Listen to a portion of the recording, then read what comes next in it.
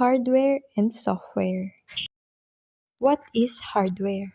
Hardware refers to the physical parts of a computer system that you can touch and see.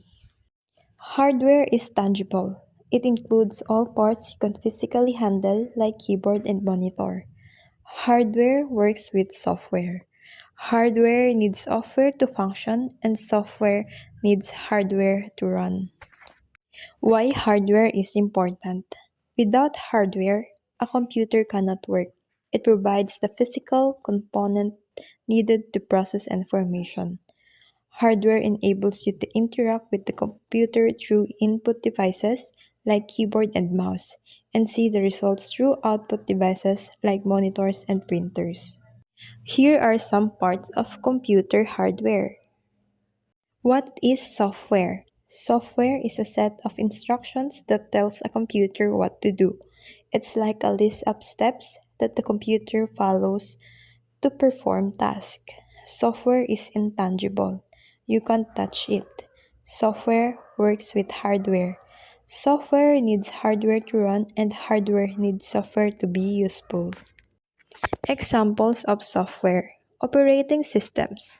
The main program that manage all the hardware and other software on a computer like Windows, Mac OS, or Android. Applications. Programs that help you to do a specific task like writing documents, Microsoft Office, browsing the internet, Chrome or Firefox. Here are some parts of system software and application software. Types of software. System software helps manage the computer's hardware and resources. Operating systems and utilities are examples of system software. Application software allows user to perform a specific task. Word processors, web browsers, and games are examples of application software. Why software is important?